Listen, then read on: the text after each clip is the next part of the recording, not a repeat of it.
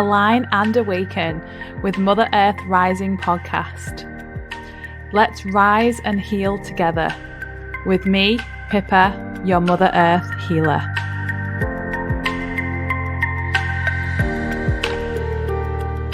Hey guys, welcome back. I am so excited today because I am chatting to a beautiful soul, Diana Cooper, who I've wanted to talk to for a long time, and I'm so grateful that you're with me today, Diana. It's fabulous to be talking to you.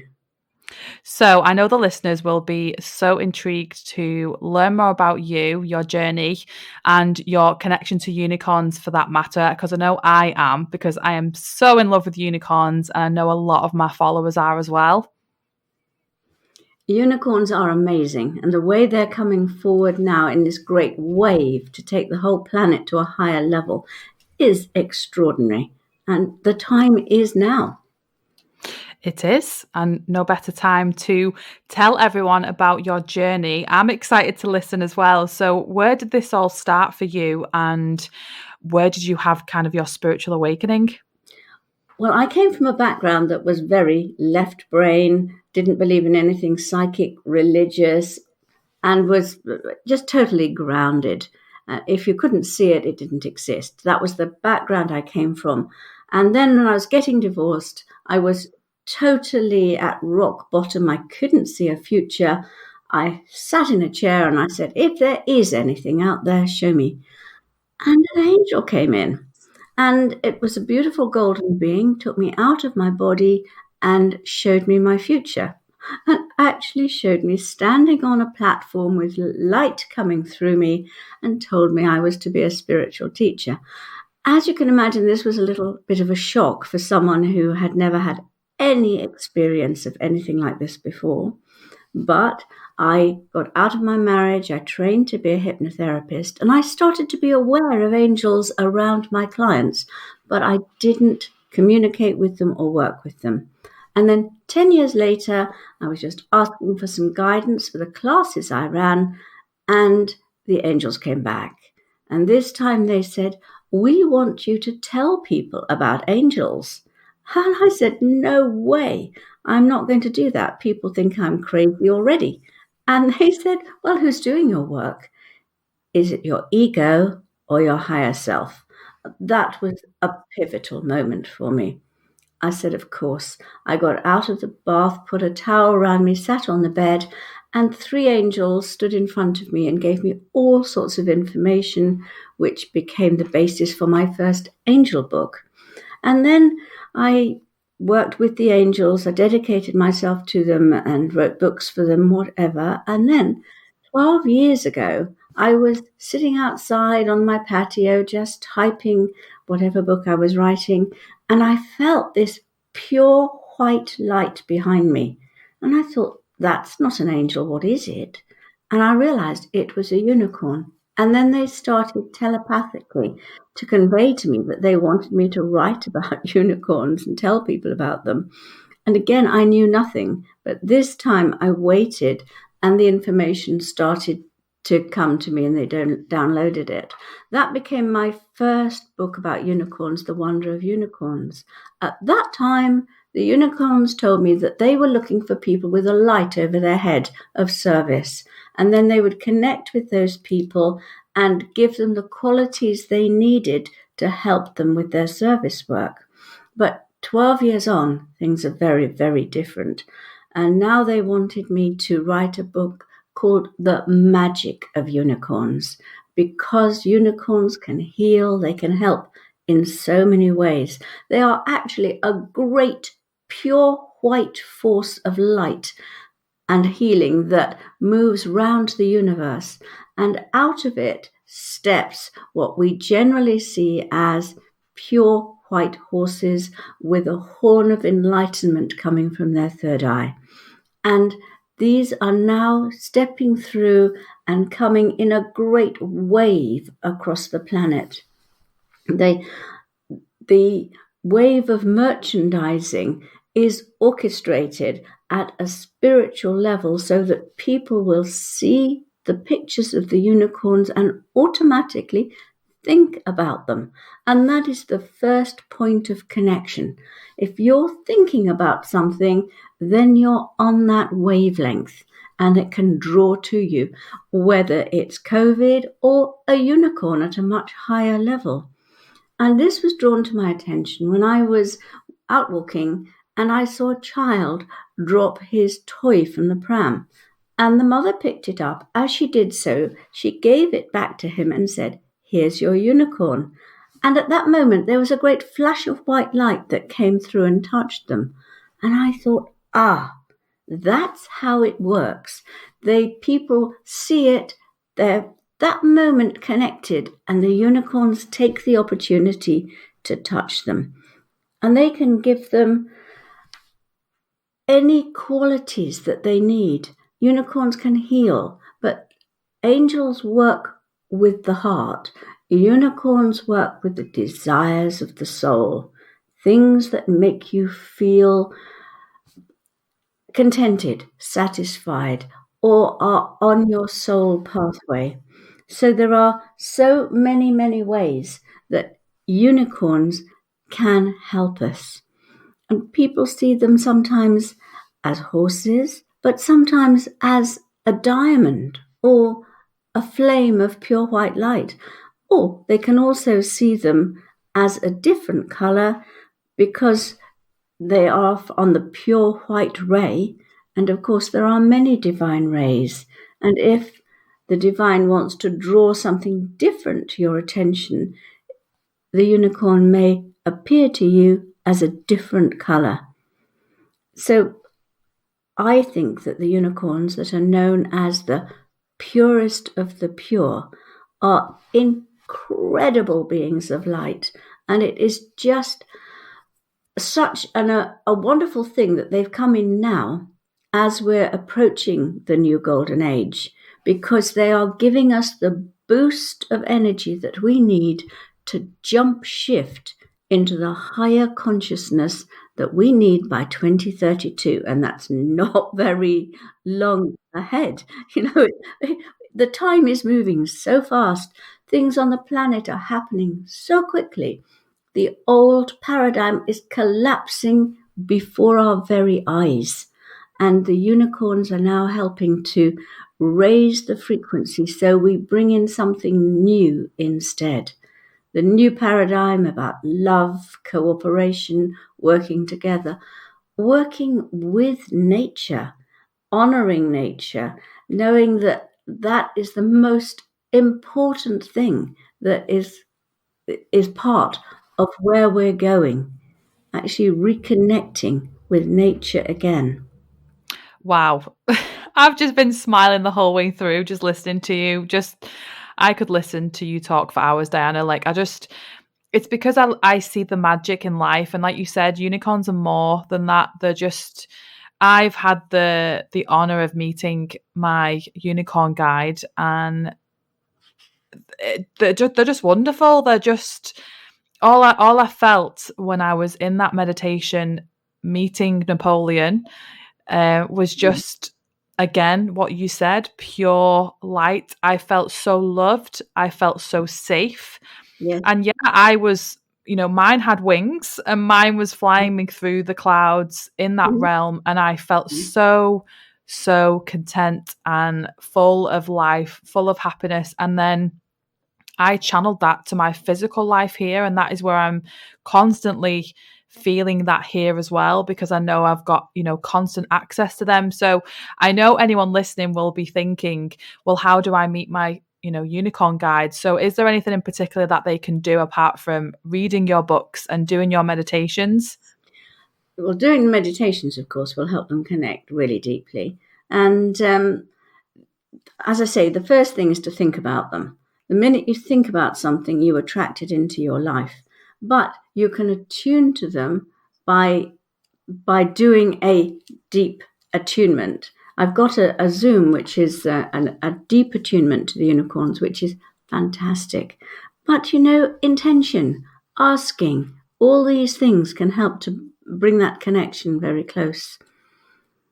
and living your life. I think you can't say, I want to be connected to the unicorns, and then live your life in a third dimensional way. They simply won't come near you. Hmm. You need to live your life in a fifth dimensional way with consciously living with the higher qualities. Then you have a light, and they literally can come and help you with anything. But if you want to be connected to the unicorns and you have an intention to do good and work with them, a unicorn will be with you. Yeah, and I think that's the most important part as well, is people actually think we have to do all this loads of inner work to connect to the elementals, when actually it is about just asking. And again, I see it everywhere, as you said, the merchandise at the moment, it's Hmm. every shop you go in, there's unicorn little models and diaries and calendars, and whenever I go in I see children, oh, look at the unicorn, and it's just I just love anything to do with that. The fairies and the dragons and the all those elementals I adore. And I just think, even from being a child. So Well, unicorns love children because yeah. of their essence, their Mm. purity, their love of laughter. The unicorns love all of those things. And of course, so they are naturally, automatically drawn to children to help them. And so many of the stories I tell in The Magic of Unicorn are about children. I met this one, I talked to this little boy on Zoom after his mum wrote and told me this. They moved house, and he said to her one day, you know, Mum, I do miss seeing those white horses I used to see flying in the sky. Don't see them here at all. And she hadn't even known he was seeing unicorns. But isn't that amazing? He'd always talked about angels, but now he was revealing that he'd actually seen the unicorns. You mentioned that yours had wings, and I'm sure you know that the horn of enlightenment comes from the third eye because they are fully enlightened, and the wings come from the heart center. And so they often show themselves just with their third eye open. But the Pegasus, they also have their heart fully opened, as do all these great beings of light that are flocking in now to help us on the planet, including the dragons that you were talking about. And, you know, I was communicating with the green dragon because they look after nature. They love nature. They understand it. They protect its secrets. And the secrets of nature will be revealed to you when you're ready. Because, as you know, every single plant, flower, tree has its own individual divine blueprint.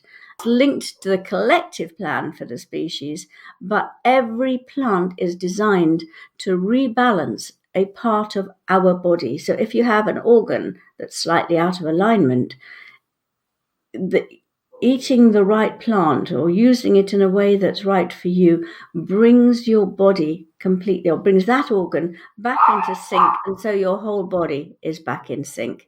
And of course, that's what they did in Golden Atlantis to keep everybody totally aligned to their divine blueprint. And we then became so out of alignment, it often wasn't enough to use nature. But now the frequency is rising so much again that connecting with the green dragons and connecting then into nature is amazing. Yeah, and I love how you mentioned nature, because I'm very connected to nature, and obviously I'm a Mother Earth healer. So I know that I wanted to ask you about your greatest memory to do with nature. Have you got anything in particular? I have got lots and lots. I thought so. Yeah. Oh, golly, think of one. I think that the healing power of nature is extraordinary. I remember many, many years ago when I very first started on this path, and I used to bless my plants every day. And then one day somebody said something really down-putting and rejecting, and I literally saw a lock and chain going round my heart. And I thought afterwards, oh, that wasn't very nice, but I'm going away. I'll just leave myself locked. And when I was away and I was sending love to my plants at home, I suddenly saw them all linking together energetically, creating a kind of power ball of energy and sending it straight into my heart, and that lock just burst open. And I thought, wow, they are distantly healing me. And on another occasion, I was walking in the forest where I used to walk every day, and I was just suddenly, as I walked, I felt this terrible, terrible anguish. And it was the pain. I felt as if a baby had died. And it was picking up so much anguish. And then suddenly, my whole body was filled with this pain. And the trees, they just all gathered together. They energetically bent down towards me, and the pain went totally. And my guide said to me, "You picked up the anguish of a family whose baby had died. And then the trees used that opportunity to bring forward all the times of loss you've had of children throughout all your lifetimes. And they've cleared it totally from your energy fields." I love that. Trees, Amazing. my favourite. And I don't think people totally understand what trees do for us, because, as you know, every single tree has a quality and it carries the Mm-hmm. keys and codes of that quality. And if you are with that tree, it touches you with those keys and codes. For example, people don't know why they feel better when they walk through a grove of beech trees. I mean, they are so gracious, so beautiful, but they actually do offer us grace. They help us to find forgiveness in our hearts by attuning us to the wisdom of our past soul journey. This enables us to see things differently, and it raises our vibration above the hurt and pain so that it heals us at a heart level. This is why people feel so good when they walk through beech trees. It's amazing what they are doing all the time for us. Yeah, and I live right in nature, and I have a lovely dog, a Labrador, and he loves his walks. And and my partner and I, we walk 3 times a day, and I just know every morning part of our routine is to go out in nature, and we're present. That is a key, just being present. And I remember just touching a tree, and I have a favorite. I just go and sit. Yeah, I just I go and agree lean with against it. this tree.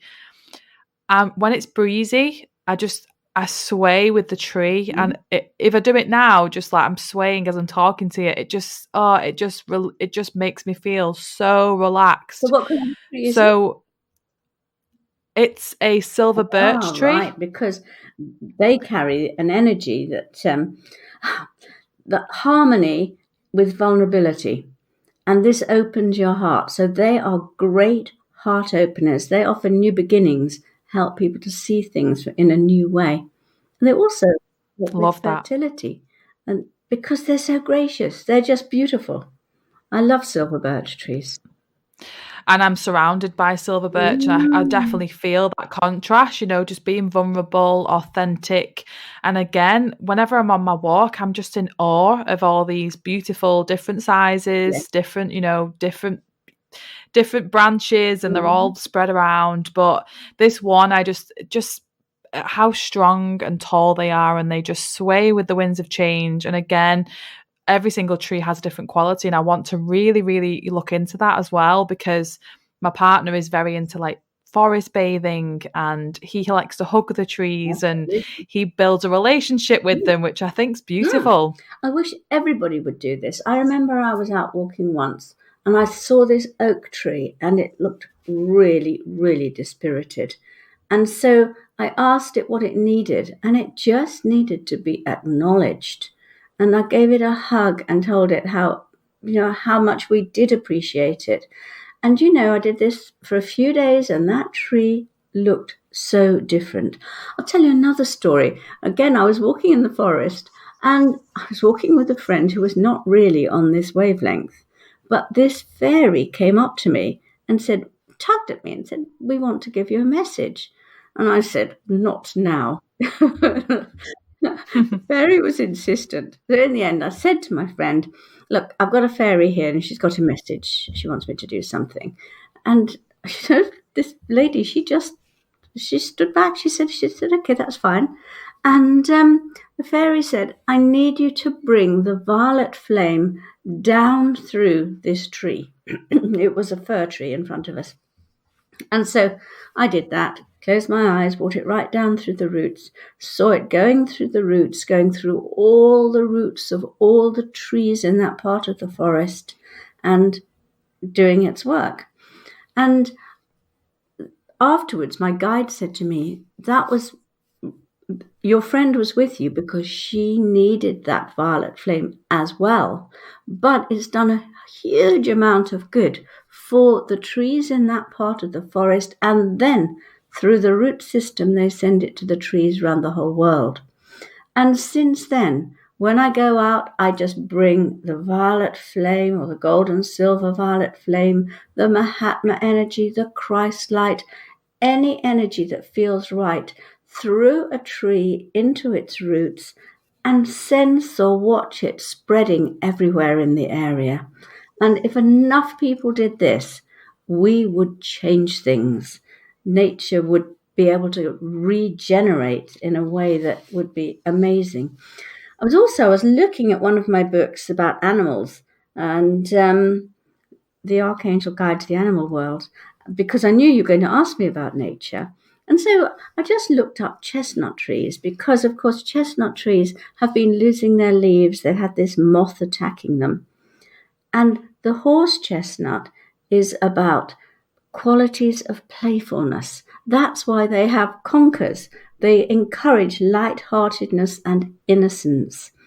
And humans and trees are very, very symbiotically connected, as you know. And now children are spending their time on computers. They are not. They're on their screens all the time. They're not playing with the trees. They're not climbing trees. And this has weakened the chestnut trees because they no longer have that relationship. And that weakening has allowed them to be attacked by this leaf miner. And this is why this is the spiritual reason why they haven't been able to, survive properly and are going at the moment. It makes me feel sad because I just want to go out and give them loads of hugs and just tell them that they're going to be Well, okay. do. But I you're will. sitting in your office and you're visualizing the trees and you're bringing the energy down through them. It makes a huge difference to them.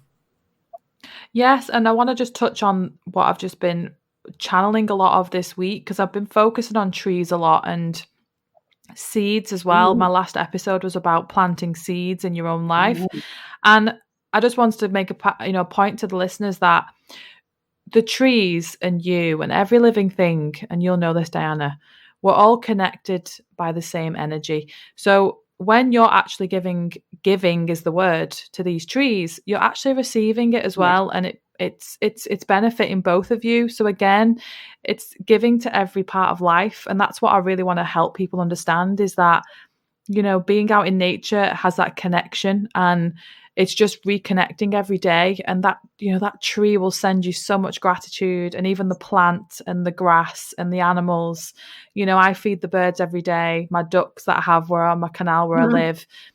I do as much as I can for animals because I know that they need it and they feel it, and I have a really special connection with animals, and everyone knows that because again, I give because I know they're a part of Yes. me and I'm a part of them. Absolutely. I mean, that's just 100% true. We are all each other. And if we could only recognize that, we would just treat everybody differently. Oh, it'd just be wonderful. It would just be wonderful. I visualize a world like that very soon one day, Well, and it's people. Yeah. we are moving towards peace and happiness and hope.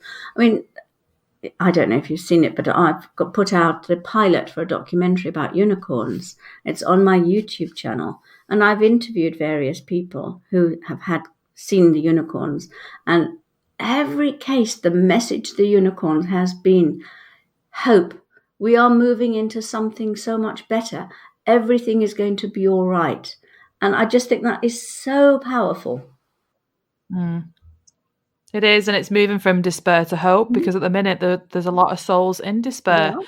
but the opposite to despair is hope, and there is always hope, always. Hope is one of the big messages that the unicorns are bringing in now. Because Hmm. everybody, when they're going through an initiation, as the whole planet is right now, has to go through all their stuff. And then they come out on the other side into something much better than they've ever imagined. And that's what's happening for us now. And so I think the task of all light workers is to keep reminding people of this.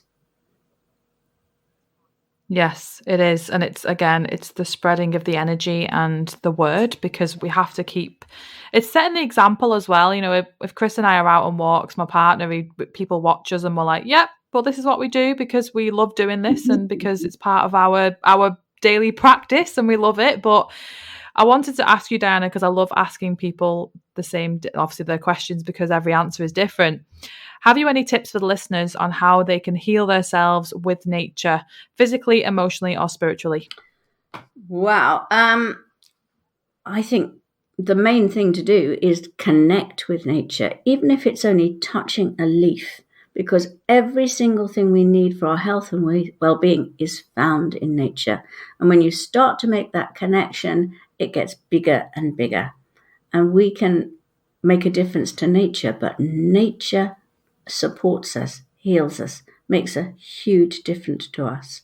And of course, every single time you go for a walk, if you connect to the highest, you just bring the energy through you and you are leaving golden footsteps wherever you go. And I think that that's the greatest way we can help Mother Earth at the moment.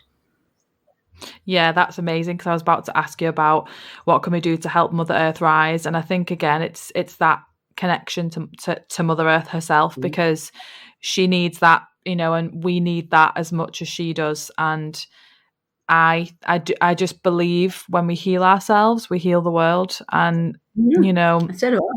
the Absolutely. healing process isn't a daily. It's not going to happen overnight. I believe a healing journey is until we transition, and again, we can never have too much love. We can never have too much compassion. We can never have too much, you know, whatever emotion. There's enough for everyone. And that abundance is, look in nature, the abundance is all there. It's constant. Absolutely. And we will receive abundance when we are totally connected to nature. It's one of the lessons that the COVID has brought us. You have time Yeah. now, space, go out into nature and connect. And people have been doing this. People have been going in droves to their local places that they've never walked before. I remember I used to Mm. see my neighbours. I'd never saw them or heard the children laughing. And I kept meeting them out in the meadows, climbing trees, doing things that they never normally did, reconnecting. Yeah, I think that's why COVID's been a blessing for the Oh, world yeah. because it's kept us indoors and now all we want to do is be out in nature and it gives it a lot of people did take, you know, nature for granted. We've all had a part to play sometimes in that, but I think people now are out there and they're thinking, wow, being outside smells Mm, different, feels different, and we have to appreciate it because again, something like COVID can easily hit the world at any point, and we have to be out in nature to appreciate actually what nature went through when humans were behind closed doors. it actually gave the whole world an opportunity to regenerate the natural world. Yeah, And that was so needed. it was so beautiful to see the animals coming out into places where humans would be. I was smiling so much. The dolphins in the Venice River, oh I know. And it hit the headlines. So people everywhere saw it and noticed that their rivers were clearer and there were more fish. it's wonderful. So before we finish, Diana, I don't want to stop because I just want to keep talking about nature because I love it so much. But is there anything else you want to talk about or give any other insights or messages to the listeners before we finish? I think every time you see a plant or a tree, just look at it and know that something is connecting with you, that there are keys and codes there that are connecting to you. I know the green dragon took me on a journey and to look at nature with different eyes. And I literally had the extraordinary experience of seeing the keys and the codes within all the trees and plants and the streams, everything, and the rocks, and seeing how it was actually just an amazing, amazing symbiotic energy that we were all living in. It was extraordinary. Yes, and when we open our eyes, we actually see that because, I mean, my tip for this episode would be to, when you do go out in nature, try to go without your phone. It's so tempting to go out and take lovely pictures of the flowers, but I think a few times a week, if you can, go out without your phone and just be present, because something miraculous happened to me too, and it just makes you realize technology, it has a purpose, but nature is the biggest thing for us to connect back to, because we came from that and we return to nature too. Can I have time just to share a little story? Yes, of course. I'd taken an orb one night. An orb is the sixth dimensional light body of an angelic being. It was bright pink, and it was Archangel Chamuel, the angel of love. Round it was Mary energy in a magenta. And next day I thought, I am going to breathe that energy into me and visualize myself walking in it. And I went out into the forest, and things kept happening. Animals came up to me. A squirrel came and practically danced at my feet. A deer just lay by the path, and I could have put my hand out and touched it. And an elf came up to me with some spirit children. And as they touched this aura of Chamuel and Mary, they literally came running into me, and I held them up, and their parents came and collected them. And this had been they'd been stuck there for hundreds of years. One of them was a little boy in a sailor suit and curly blonde hair. And when you do that and you go into nature with that love energy around you, miracles happen.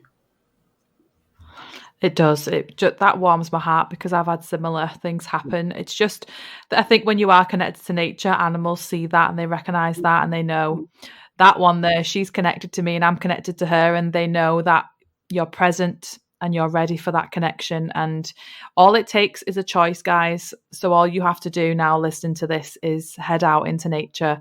All it takes, like Diana said, is touching a leaf. It doesn't have to be tree hugging just yet. You can just touch a leaf, but you will get there and it will feel amazing. So, Diana, thank you so much for coming on today. I could talk to you for hours about all of these elementals and nature, because it's my passion, it's my purpose.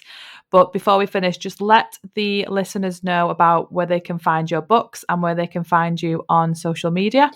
Okay, well, I'm on Facebook. You can get to that through my website, dianacooper.com. The documentary and many, many other films are on YouTube, on my YouTube channel. Just look for Diana Cooper. Yes, I will put all those in the show notes as well, Diana, so people can just click from this episode. But thank you so much for coming on. I've really, really loved talking to you, and I'm sending you so much love and appreciation. Thank you, and blessings to you too. Thanks, guys. I hope you enjoyed this episode, and I will speak to you all soon. Love and light always.